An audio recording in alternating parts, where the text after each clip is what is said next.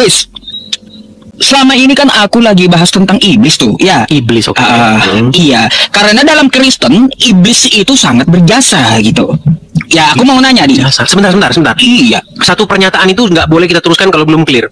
Kenapa kok baik. bisa kamu katakan iblis sangat berjasa, Sob? Iya, ya makanya aku jelaskan. Ya, Silakan. pertama, ya iblis membisikkan ke dalam hati Yudas agar mengkhianati Yesus sehingga terjadi penyalipan. Jadi penyalipan itu bukan penebusan dosa untuk Kristen, tapi rencana iblis untuk menyesatkan kalian. Tuh, ya. Saya setuju Pertama dengan jasa itu. iblis. Saya setuju dengan itu, Sob. Kalau Saya setuju. penyaliban itu rencana iblis, saya setuju. Iya. Baik, ya. Kau setuju itu yang kedua nih, ya. Yang kedua, di 1 Korintus 5, nomor 5, di situ orang yang berdosa harus diserahkan kepada iblis. Nah, dalam nama Tuhan Yesus harus kita serahkan kepada iblis. Iblis ini buat apa? Apakah iblis menghapus dosa? Apakah iblis menebus dosa? Lalu kenapa diserahkan kepada iblis? Apakah iblis ini montirnya orang-orang Kristen gitu? Baik. Kenapa ini Kristen mengikuti iblis semuanya? Gitu. Baik, jadi ada statementmu yang merupakan kesimpulan maksa, ada statementmu yang benar. Begini, Oh, gitu. statementmu yang benar itu adalah bahwa penyaliban Yesus itu adalah niatan kemauan dari si jahat atau iblis. Saya setuju dengan itu. Tetapi kalau kamu katakan bahwa iblis berjasa, itu saya tidak setuju. Saya kasih contoh begini, Sob. Saya kasih contoh begini. Umat Muslim percaya bahwa Muhammad itu syahid, betul nggak? Terus? Mati syahid, betul nggak? Terus? Oke. Menurut Anda, yang membunuh Muhammad itu berjasa nggak membuat Muhammad mati syahid? Oh, sejak kapan? Tenang, pelan-pelan Ada ya. dalilnya? Ini, logikamu kan begini. Bentar, aku tanya dulu, ada dalilnya? Bukan. Saya ini menggunakan... Tenang, Sob. Nggak bakal Kita ketemu, diskusi Des. yang bagus. Gini, Sob, tenang. Iya. Diskusi yang bagus biar kita nggak kekanak-kanakan. Kita kasih contoh supaya orang tuh bisa diskusi dengan baik. Setuju? Setuju? Oh, aku dengar dulu lah. Baik. Kamu mengatakan bahwa iblis merasuki Yudas supaya Yudas memberitahukan di mana tempat persembunyian. Lalu orang-orang Yahudi dan para prajurit Romawi kemudian menangkap Yesus dan menyalibkannya. Saya setuju bahwa penyaliban Yesus adalah niatan dari iblis atau orang-orang jahat. Saya setuju dengan Anda. Mantap. Iya. Tetapi kalau Anda katakan bahwa iblis berjasa di dalam kekristenan, itu saya tidak setuju. Kenapa saya tidak setuju? Saya kasih contoh di dalam agama Islam. Muhammad diyakini oleh umat muslim sebagai seorang yang syahid di jalan Allah, sebagai syuhada dia. Nah, penyebab kematian Muhammad menurut Abdul Somad, menurut literasi-literasi umat muslim, diracun oleh seorang wanita Yahudi. Pertanyaan saya, apakah wanita Yahudi yang meracun Muhammad berjasa dalam agama Islam? Baik. Sekarang aku mau tanya dalilnya. Di mana dalilnya? Ya, di mana dalilnya wanita tersebut ya dibisikkan oleh iblis? Oke, kalau begitu pertanyaan saya, Loh, balik tanya kau. Tunjukkan dalilnya. Baik. Ada nggak? Baik. Jadi kita harus mengerti dulu apa yang dimaksudkan dirasuki oleh iblis atau dibisiki iblis. Jadi dibisiki iblis atau dirasuki iblis bukan berarti iblis itu bisikin. Bukan begitu. Maksudnya dikuasai, dikendalikan oleh si jahat. Jadi dalam terminologi kekristenan maupun dalam agama Islam, orang yang melakukan kejahatan adalah orang yang melakukan kemauan si setan itu, betul? Terus? Setuju nggak sampai sini?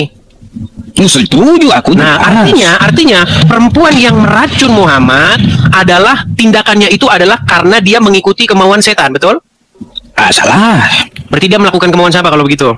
Kehendaknya sendiri, karena manusia punya kehendak bebas. Bukankah menurut Muhammad ada setan yang mendampingi setiap manusia untuk membisikannya melakukan itu kejahatan? beda pembahasan. Itu masalah jin koring. Beda dengan setan yang membisikkan kejahatan, seperti Yudas dibisiki oleh iblis. Ya, kalau kau mau apple to apple, gini, aku minta dalilnya.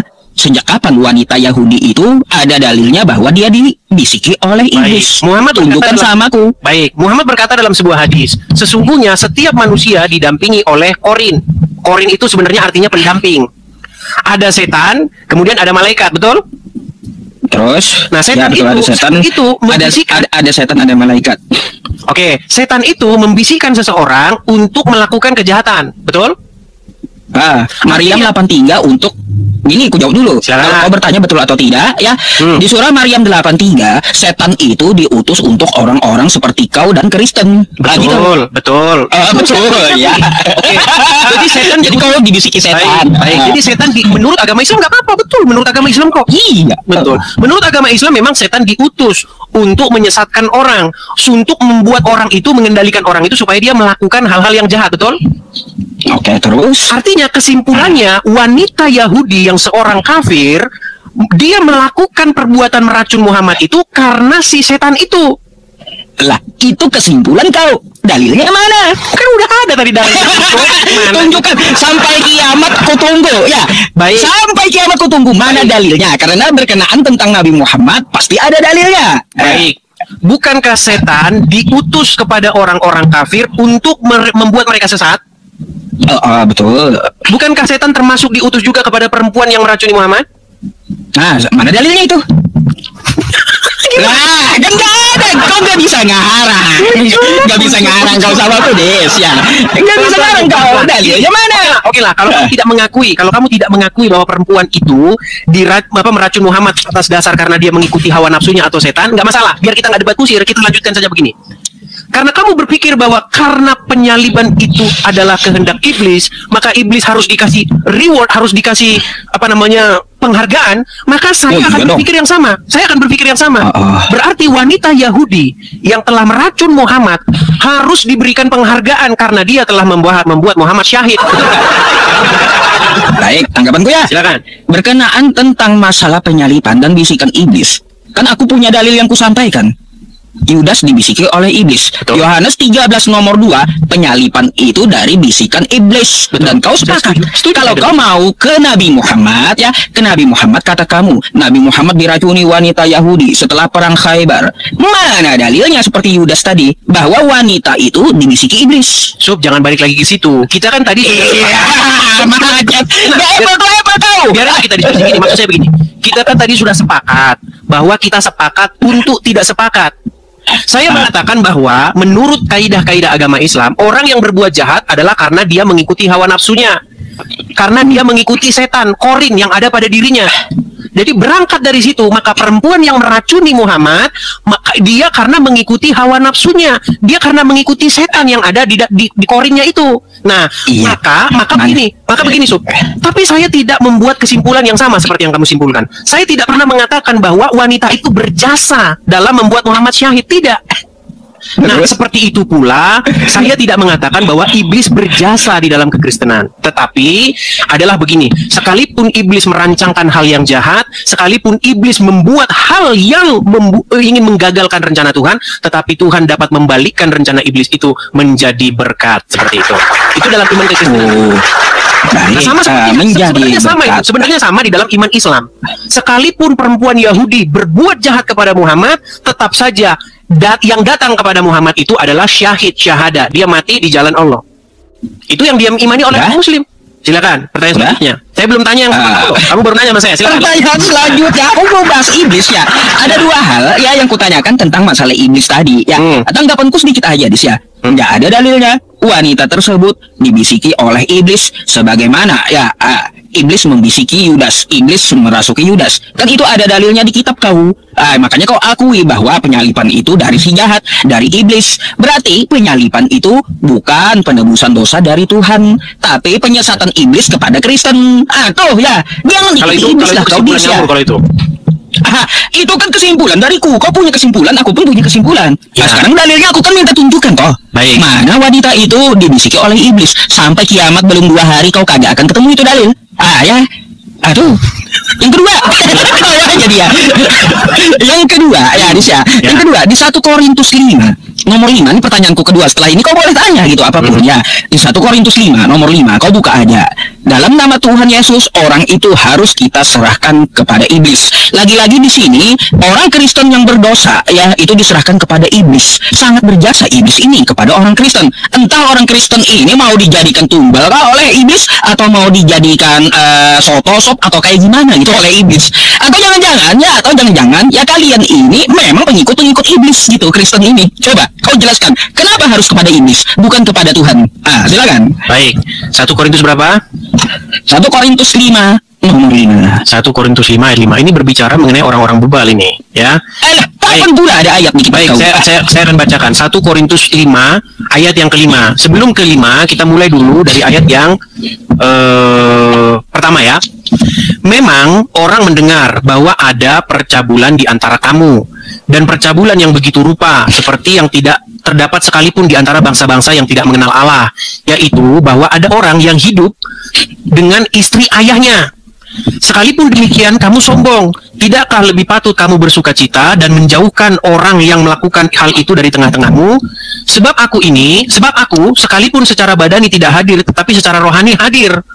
Nah, dikatakan begini, bila mana kita berkumpul dalam roh, kamu bersama-sama dengan aku dengan kuasa Yesus Tuhan kita.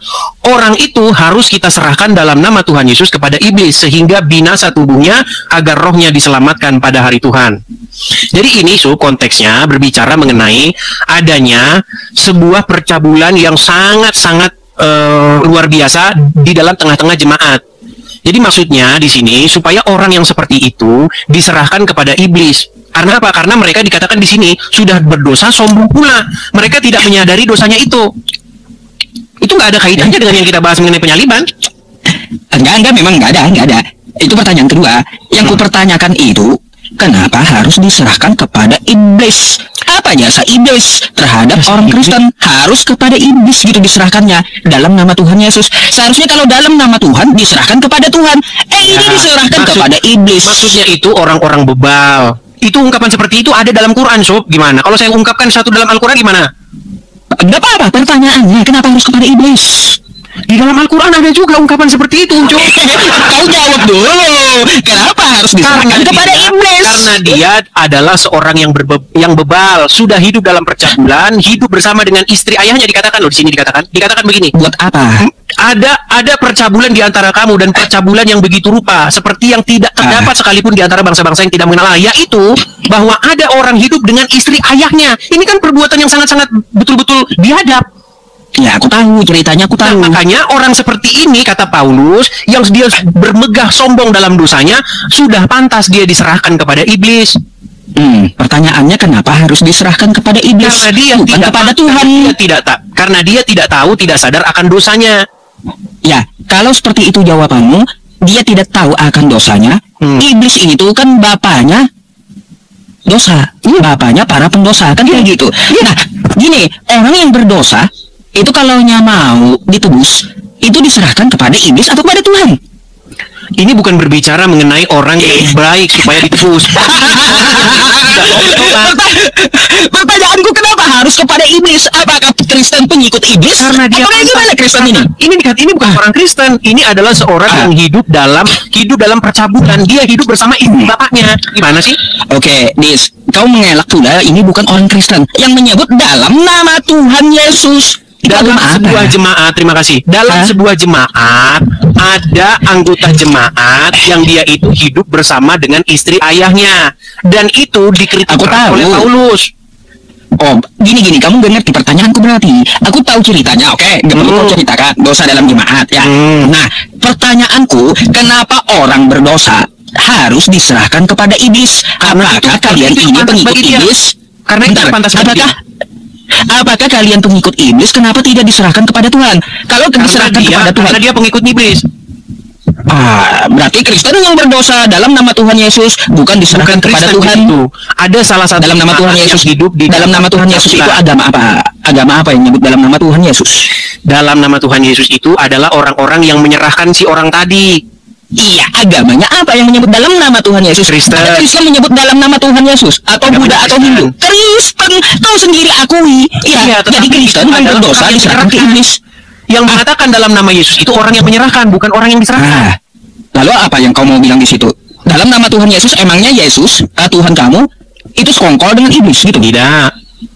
Lah terus buat apa ke iblis? Yang sekongkol dengan iblis itu adalah Allah.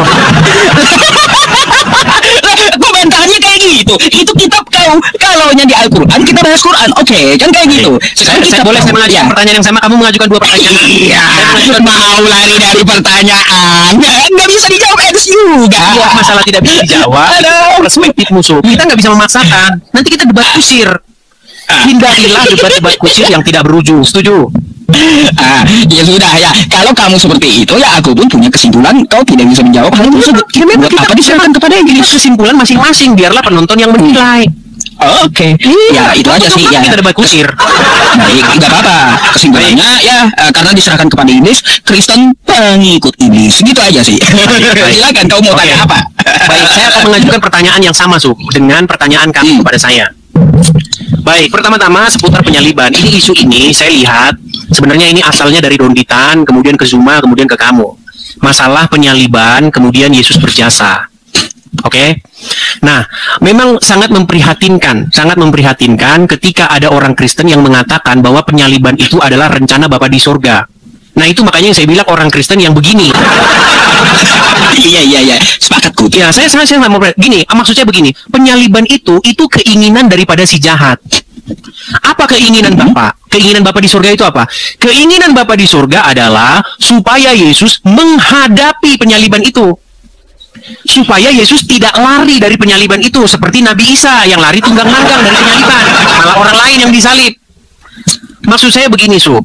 Ketika Yesus taat sampai mati, sekalipun mati disalibkan, maka itulah jalan bagi Bapa di surga untuk membenarkan Yesus. Karena dia taat sampai mati. Oke, sekarang saya kasih contoh. Saya kasih contoh dalam agama Islam. Begini, Sub. Ketika Muhammad syahid, apa yang diberikan Allah kepada Muhammad menurut agama Islam? Waduh. Ketika Nabi Muhammad syahid, apa yang diberikan Allah kepada Nabi Muhammad dan umat Islam?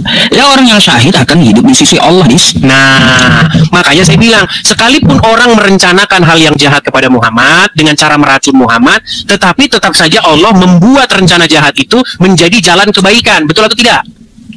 Ya, salah. Oke, aku minta dalil dulu samamu. Oke, karena gini, Dis. Kenapa aku minta dalil samamu? Kita tadi kan kamu udah, sekarang gantian saya. Boleh? Iya, gini, dari pertanyaanmu sedikit-sedikit ya aku jawab kenapa aku selalu minta dalil. Ya, karena ada hadis, "Man kadzdzaba 'alayya muta'ammidan falyatabawwa maq'adahu minan nar." Ya, barang siapa yang berdusta atas namaku, kata Nabi Muhammad, siap-siaplah orang seperti kau tempatnya di neraka. Makanya tentang Nabi Muhammad, ya kalau kau menuduhkan wanita tersebut ya meracuni Nabi Muhammad itu adalah dari godaan iblis atau setan, mana dalilnya? Oke, sebelum kita membahas itu begini. Oke. Apakah tindakan meracun Muhammad itu tindakan yang baik atau tindakan yang jahat? Tindakan yang jahat. Tindakan yang jahat. Yang jahat itu datang dari setan atau datang dari Allah? Dari hawa nafsunya. Ya, berhawa nafsu itu bisikan setan apa bisikan Allah? Ya, bisikan setan. Nah, berarti itu datang dari si jahat. Tetapi sekalipun si setan merancangkan yang jahat, sekalipun si setan ingin membinasakan hamba Allah, yaitu Muhammad, ini saya bicara dalam terminologi Islam ya, tetapi tetap saja Allah membuat itu menjadi jalan kesyahidan, betul? Terus? Betul atau salah saya? Ya, di mana dalilnya? Oke, apakah Muhammad syahid karena diracun oleh wanita Yahudi? Des, Nabi Muhammad itu disebut syahid ya syahid. Kalau kau mau membahas diracuni, ya itu banyak panjang. Iya, gitu. Maksud saya begini. Ketika Muhammad diracun, beberapa tahun kemudian Muhammad mengatakan, terasa pada hari ini racun yang kumakan di Khaibar telah memutus urat nadiku, betul? Nah, terus? Nah, sehingga Muhammad menghembuskan nafas terakhirnya, betul? Nah, para ulama berkesimpulan, Muhammad syahid, dia mati sebagai syahid, betul? Terus? Apa lagi? Nah, pertanyaan saya, berarti setan melalui perantaraan wanita Yahudi berjasa dalam membuat Muhammad syahid, betul? Lagi-lagi tentang Nabi Muhammad dalilnya mana? Nah, setan itulah wanita tersebut. Saya nggak bertanya sama kamu, Sob. Saya hanya meluruskan pandangan-pandangan orang Islam supaya kita memahami kekristenan dengan benar. Jadi maksud saya begini. Alah, nggak ada dalilnya yang kau bawa masalahnya. Baik, saya begini, Sob. Jadi, kenapa penyaliban menjadi, kan ada istilah kutuk menjadi berkat di dalam Kristen itu. Sekalipun iblis merancangkan hal yang jahat, tetapi Tuhan akan membuat itu menjadi berkat. Contoh, sekalipun setan dengan perantaraan Yudas dan juga orang-orang Yahudi dan juga prajurit Romawi menyalibkan Yesus, tetapi justru lewat penyaliban itulah bagaimana ketaatan Yesus dibuktikan. Dan oleh karena taatnya ia sampai mati, maka Tuhan mengaruniakan kepadanya segala kuasa di surga dan di bumi. Jadi dengan jalan itulah kami diselamatkan. Ngarang kau. Udah tahu penyaliban itu rencana iblis. Tidak ada kehendak Bapa di surga itu agar Yesus itu disalibkan. Setuju? Jangan mengikuti si jahat. Makanya aku bilang dari tadi apa? Kristen pengikut iblis. Di mana coba? Kenapa Anda kehendak simpulkan Bapa di Kristen surga? pengikut iblis? Ya gini, karena dia tidak melakukan kehendak Bapa yang di surga, seperti Matius 7 nomor 21. Ada nggak kehendak Bapa di surga agar Yesus itu disalibkan menebus Nggak dosa? ada. Nggak ada. Nggak ada, mana dalilnya? Kehendak Bapa di surga, kata Yesus, aku disalibkan untuk menebus dosa Kristen. Udah bakal ada. diulang lagi Penyaliban sih? itu hanya untuk apa? Untuk membisiki. Kenapa kamu ulang lagi? Lah, itu kan aku bahas sesuai yang kamu bahas. Ayo, So, ada yang salah? saya harus bagaimana? Udah dalilnya mana? membahasakan dengan Nggak perlu debat kusir. Begini, Nggak Sob. perlu debat kusir. Gini, aku minta dalilnya aja. Di mana kehendak Bapa di surga agar Yesus itu disalibkan menebus dosa Kristen? Oke, di mana kehendak Allah supaya wanita meracun Yahudi?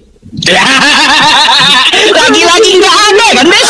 Kalau nggak ada dari Tuhanmu, penyalipan itu berarti dari iblis. Banyak, makanya aku bilang Kristen pengikut iblis. Gimana sih? Mana? Kalau kau mau bisa bantah menilai kehendak sendiri, Bapa di surga, bagaimana kualitas orang Islam? kan kayak gitu. Mana kehendak Bapa di surga? Ya, agar Yesus disalibkan menebus dosa Kristen. Bukankah tadi sudah saya katakan kepada kamu, so, penyaliban itu bukan kehendak Bapa di surga. Lalu bagaimana kamu bertanya kepada saya mana kehendak Bapa di surga supaya Yesus disalibkan? Ini ada lagi. Baik, gini, kalau sudah tahu bukan kehendak Bapa di surga, tapi kehendak iblis, berarti penyalipan dari iblis. Betul. Kalian ini pengikut iblis, bukan pengikut Bapa yang di surga. Kami bukan pengikut iblis, kami tidak mengikuti supaya Yesus disalibkan. Ada saja. Kami tidak mengikuti supaya Yesus disalibkan. Yang kami ikuti itu adalah ketaatan Yesus kepada Bapa. Sekalipun konsekuensinya adalah mati, sekalipun konsekuensinya adalah disalibkan. Contoh, misalnya saya taat kepada Bapa di surga. Orang Muslim ngancam saya, kamu mau nggak tinggalin Yesus? Kalau kamu nggak tinggalin Yesus, saya salibkan kamu. Nggak masalah, saya disalibkan. Yang penting saya taat kepada Bapa di surga sampai mati. Seperti bagaimana Yesus taat kepada Bapa di surga sampai mati. Jadi salib itu adalah lambang ketaatan sampai mati. Gimana sih? Sejak kapan salib itu lambang ketaatan? Salib itu lambang kutukan. Yesus tidak lari dari penyaliban seperti Isa yang lari iprit dari penyaliban. Kalau dia tidak lari dari penyaliban, buat apa dia nyuruh muridnya jual jubah beli pedang? Pedang buat apa? Ngupas bawang. Baik. Mau lawan atau ngupas bawang tuh pedang? Baik. Ketika seorang hamba imam besar menebaskan pedangnya ketika Simon Petrus menebaskan pedangnya lalu terkena seorang hamba itu yang bernama Malkus, buktinya Yesus sembuhkan. Buktinya Yesus menyuruh menyarungkan pedangnya. Ya, buat apa itu pedang? Buat ngelawan atau buat kupas bawang gitu? Baik, pada intinya Yesus menyuruh menyarungkan pedang itu. Sarungkanlah pedangmu. Kalau intinya seperti itu, ya Des ya, berarti Yesus itu tidak mau dia ditangkap oleh tentara Romawi. Kata siapa Yesus mau disalibkan? Buktinya ketika orang prajurit Romawi datang, kalau aku yang kalian cari, biarkanlah orang-orang ini pergi. Kan utuh ayatnya itu. Jangan kamu baca separuh-separuh. Ya, nggak ada sih. Ya, masalah itu sampai ke situ aku ya menanyakan. Aku hanya menanyakan tentang masalah iblis dan kau bawa hal yang sama. Pertanyaan kau, ya satu aja jawabanku. Kalau kamu berpendapat seperti itu, Nabi Muhammad diracun oleh wanita Khaybar tersebut adalah dari setan. Mana dalilnya? Wanita itu dibisiki setan. Lagi, Sob. Orang-orang Islam pun itu sudah tahu itu dari setan. Kamu pun akan mendapat kritik dari mereka. Nah, sekarang begini. Nggak akan ada. Yang saya maksudkan begini. Kenapa kalian tidak bisa memahami definisi salib dengan benar? Salib itu adalah lambang sebuah penghukuman. Bahkan dikatakan lambang kutukan. Nah, Yesus sekalipun menanggung hal seperti itu, dia tidak lari. Dia tidak melarikan diri dari konsekuensi apa yang dikatakannya. Nah, ketika Yesus taat sampai mati, itu sama seperti contoh begini. Saya dibawa ke sebuah pengadilan oleh orang-orang Muslim. Kamu mau masuk Islam nggak? Kalau kamu nggak mau meninggalkan Yesus, kamu nggak mau masuk Islam, saya salibkan kamu. Nah, ketika saya tidak memilih mengikuti Islam, ketika saya lebih memilih taat sampai mati bahkan disalib, di situ saya diuji ketaatan saya itu terbukti benar. Nah, ketika ketaatan saya terbukti benar, maka salib yang merupakan lambang penghukuman, salib yang merupakan lambang hukuman mati, dirubah menjadi berkat. Nah, sama seperti dalam agama Islam, Sob. Di dalam agama Islam itu juga ada. Muhammad yang diracun oleh orang Yahudi, dimatikan oleh orang Yahudi, tetapi justru melalui kematian itu Muhammad mendapatkan kesyahidannya. Betul atau tidak? Kalau tentang Nabi Muhammad sekali lagi, udah berapa kali aku bilang ya, kalaunya kamu berpendapat seperti itu, mana dalilnya wanita yang meracuni itu dibisiki oleh setan? Itu sudah selesai yang tadi. Yang saya tanya, betulkah Muhammad syahid karena dia mati karena diracun? bolak-balik kau. Dalilnya mana?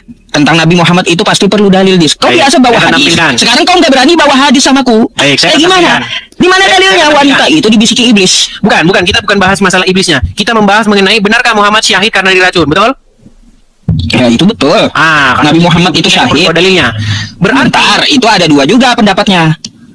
silakan, gimana? Pendapat pertama, Nabi, ada ulama berpendapat ya racun dari Khaybar efeknya itu ketika beliau wafat, tapi wafatnya beliau bukan karena racun, tapi sebelum Nabi Muhammad itu ya wafat beliau udah sakit lama, jadi wafatnya karena penyakit bukan karena racun. Yang kedua pendapat dari ilmu kedokteran, racun itu paling lama efeknya 1 minggu, kagak ada racun itu efeknya sampai 4 tahun. Itu menurut ilmu kedokteran. Memang ya aku akui Nabi Muhammad itu ada mengeluh sebelum beliau wafat, racun di Khaybar terasa kan kayak gitu, terasa efeknya sampai beliau mau wafat. Tapi bukan berarti Nabi Muhammad itu ya beliau meninggal karena racun, tapi memang sudah umurnya berdasarkan ketetapan Allah semua manusia pasti akan mati. Kullu nafsin dha'iqatul maut. Gitu. Bukan karena racun, memang karena umurnya udah habis. Sudah? Baik. Jadi begini maksud saya, Sub. Penyebab orang mati karena apa? Itu adalah keterangan dari orang tersebut. Saya heran kenapa malah ulama yang menyimpulkan sebab kematian Muhammad. Dengarkan. Muhammad sendiri mengatakan dia itu karena racun. Perhatikan ya. Sebentar. Sakit Rasulullah SAW semakin parah, lalu kemudian kata Nabi kepada Aisyah, apa kata dia? Ya Aisyah, wahai Aisyah, ma'azalu ajidu ala maqam, terasa di dalam sakitnya makanan yang dimakan waktu di Khaybar. Ini dalil bahwa dia mati geracun.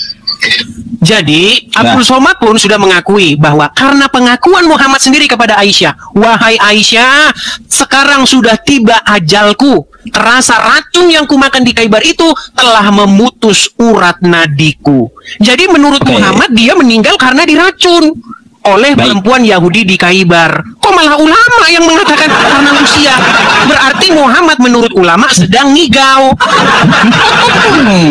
Baik, Des. Jadi apa yang dibawakan oleh Ustadz Abdul Somad tadi yang kau tunjukkan kepadaku itu riwayat Ibnu Mas'ud. Aku pun tahu ya. Ini adalah hadis ya. Meskipun tidak ada hadis dari Ibnu Mas'ud, Nabi Muhammad itu tetap akan wafat karena menurut Allah Subhanahu wa taala berfirman dalam Quran, kullu nafsin dha'iqatul maut. Semua pasti mati gitu. Mau diracun atau kagak, semuanya pasti mati. Ya, penyebab kematiannya? Ya sudah, penyebab itu ketentuan, karena racun, ketetapan. Nah, ketentuannya seperti apa? Ada yang karena sakit, ada karena dibunuh, ada karena kecelakaan. Kalau kita lihat dari Nabi Muhammad, ya Nabi Muhammad mengeluh seperti itu akan bertentangan dengan ilmu pengetahuan kedokteran.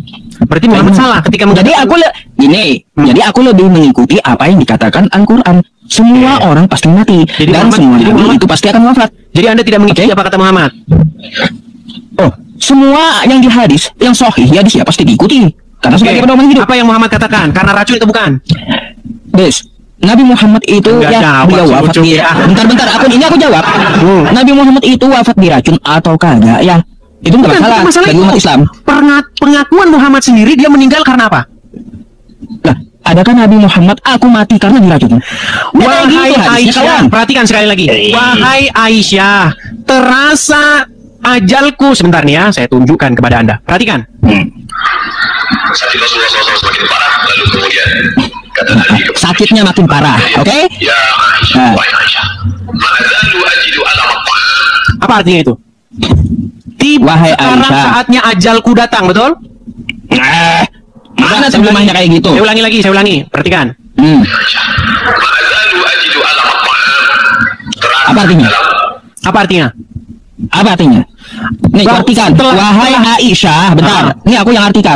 Wahai Aisyah, ya, aku merasakan sisa makanan di Khaybar. Merasakan sakit, merasakan racun, sisa makanan yang di Khaybar. Oke. Jadi Muhammad sendiri mengatakan bahwa dia merasakan sakit akibat sisa makanan racun di Khaybar, betul? Ada Nabi Muhammad, wahai Aisyah, aku akan mati karena racun di Khaybar. Ada. Berat. Wallace kau. Baik. Gak bisa pelintir hadis sama Quraisy. Saya teruskan. Sakitnya makanan yang dimakan waktu di Khaybar. Ini dalil bahwa dia mati diracun. dia mati diracun.